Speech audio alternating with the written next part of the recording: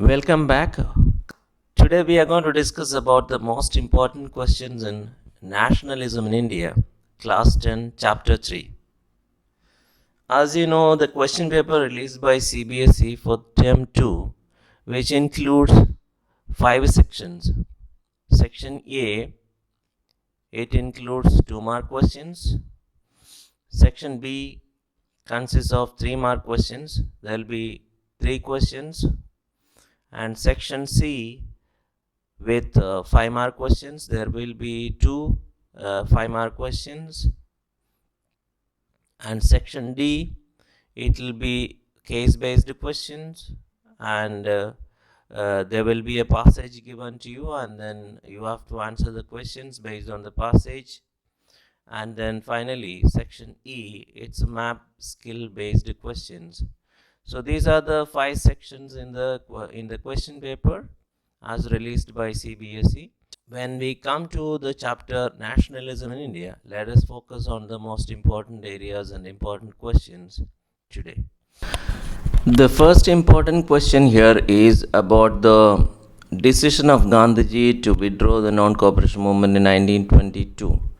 So this is because of the Chaura incident that took place in 1922. As you know, Chaura is in Gorakhpur in Uttar Pradesh, where a peaceful demonstration in a bazaar turned into a violent clash with the police. And then Mahatma Gandhi decided to withdraw the non-cooperation movement because he never supported violence by anyone. After that, you have to note down C.R. Das and Motilal Nehru formed the Swaraj Party. The worldwide economic depression in the post-World War period, that is from 1920s to 1930s, as you can see, after the First World War, there was economic hardships among the people. Another important area is the Simon Commission, which was set up by the British. The commission was under Sir John Simon. So that is a reason for Simon Commission to be named so. As you can see, the members of the Simon Commission like Pethick Lawrence, A.V. Alexander and the chairperson John Simon, all these were the British men. So there was no single Indian member in the commission. So that is a reason for the Indians to boycott the commission. So when the commission came to India in 1928, Indians, they put up slogans like "Go back Simon," and all parties and Congress or all other leaders and other people boycotted the commission. So that is Simon Commission. So it was a statutory commission to come to India to look into the functioning of constitutional system in India. That is to be written as what was Simon Commission if there is a question, and then why did the commission boycott by Indians, or what was the reason for Indians to boycott Simon Commission? If that is a question, then you have to answer, because there was no single Indian member in the commission, because it would be better if Indians have given participation or representation in the commission. It would be easy for Indians to find out, and they can give better suggestions than an Englishman who comes from England. That's the reason Simon Commission was boycotted by Indians. After that, 1929, Lord Irwin announced dominion status for India. Then round table conferences were held in London, and the second round table conference Gandhiji participated. These are some important areas. Then Purna Swaraj Declaration of 1929. So when there is a map skill based question, these are important areas to be studied, as I mentioned in part 1 of this video. Important Congress sessions and important incidents that took place during the national movement. So I have told you the Satyagraha movements, and then organized by Gandhiji, then Chaura incident, which is a map skill based question, and then now Congress session. When you study about that, you have to remember 1929 Congress session, which was under the presidency of Jawaharlal Nehru, which is famous with Purna Swaraj Declaration or complete independence, and followed by 1930 January 26th. Indians celebrated Independence Day. So these are some important points related to Lahore session of Indian National Congress in 1929. Next important area important question is the Salt March and Civil Disobedience Movement.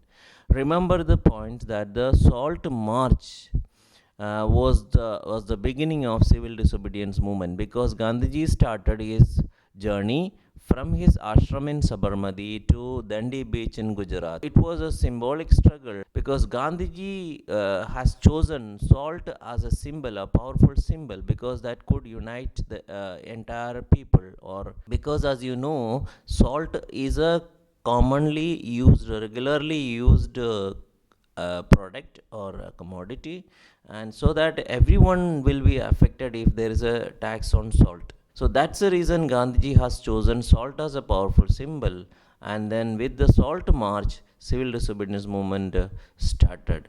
Gandhiji started the Salt March on 12th March, and then Gandhiji reached Dandi beach on 6th April, and then he ceremonially violated the law and manufactured salt by boiling the seawater, a handful of salt only manufactured by Gandhi. So this is all about the Salt March, which was organized by Gandhiji from Sabarmati to Dandi beach. Here special mention about Khan Abdul Ghaffar Khan. He is actually known as Frontier Gandhi, who worked in the northwestern frontier area, border areas of the present day Pakistan. He led the movements with the participation of people, and that is the reason he is to be remembered, and he was a strong disciple of Mahatma Gandhi.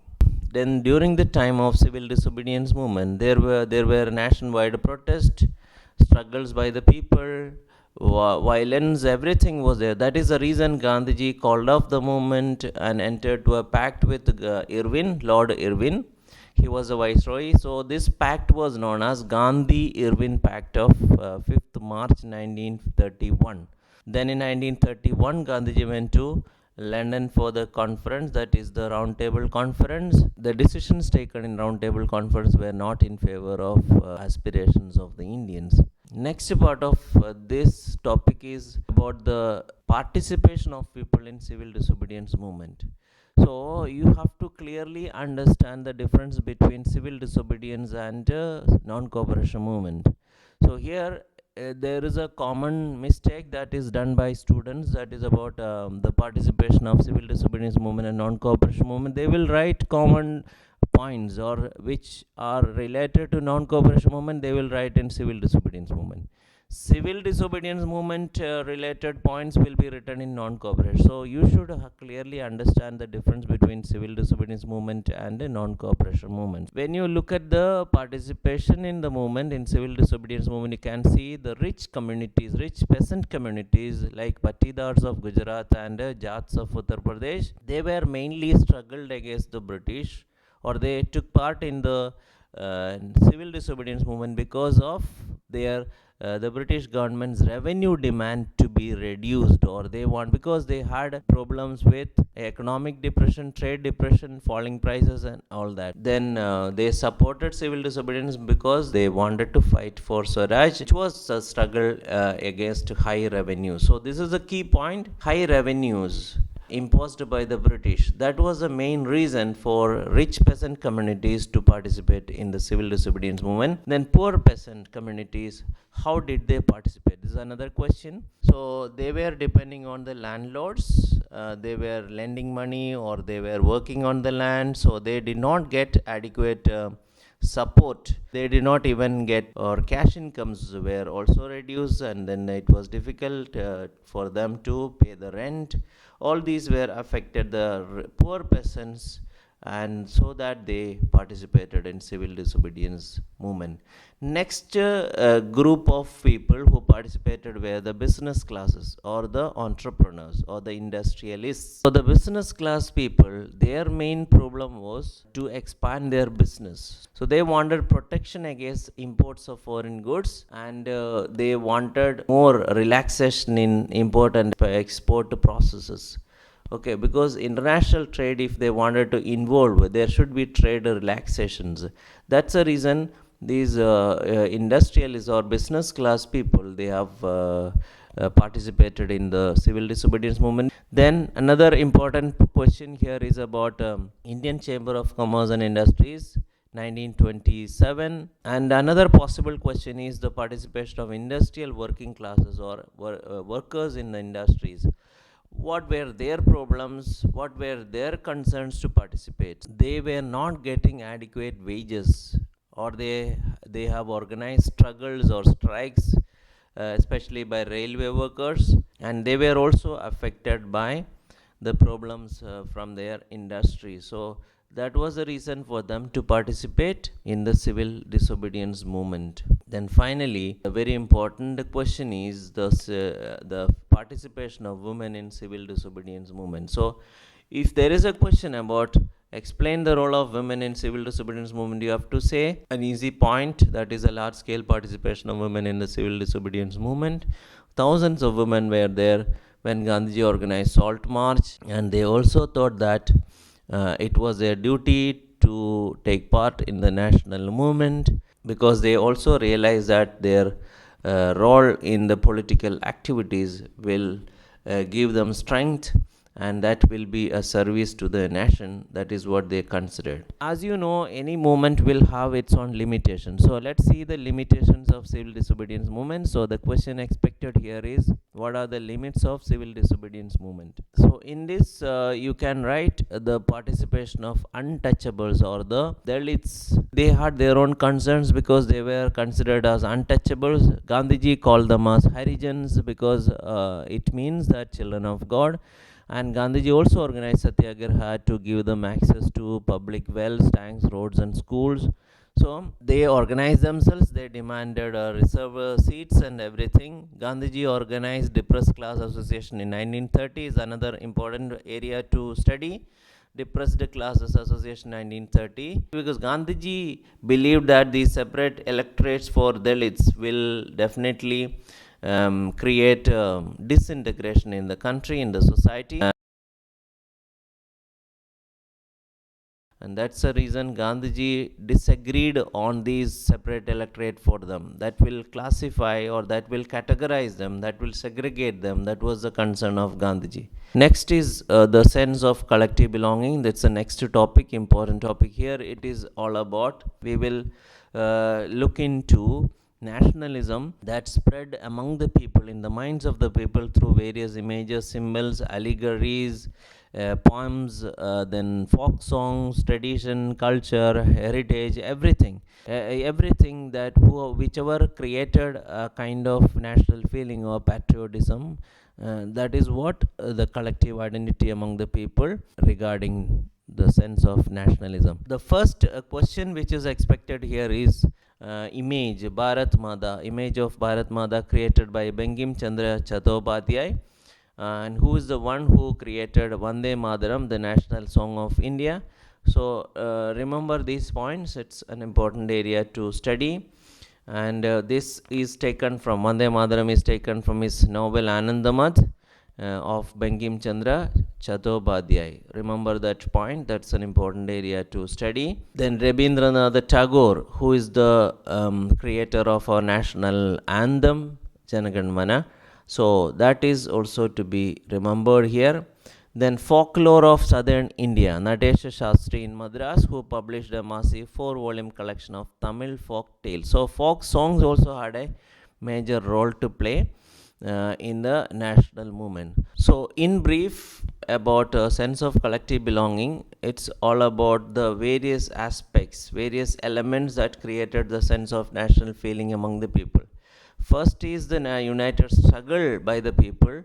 Whenever Indians they struggled against the British, that created a sense of national feeling. Secondly, culture among the people, cultural processes, people's imagination, then history of a country, fiction, folklore, songs, then symbols, everything, even a national flag or national anthem, national song, everything had a major role in creating patriotic feeling among the people. Then the tricolor flag, another important question to be expected about tricolor flag, which was designed, Gandhiji designed a Swaraj flag in 1921. This lesson you can expect few questions which are very important. As a conclusion, under the leadership of Mahatma Gandhiji, the nation has created its own freedom, its own liberation from the yoke of British, the rule of British, and that finally resulted the freedom of our country from the colonial rule.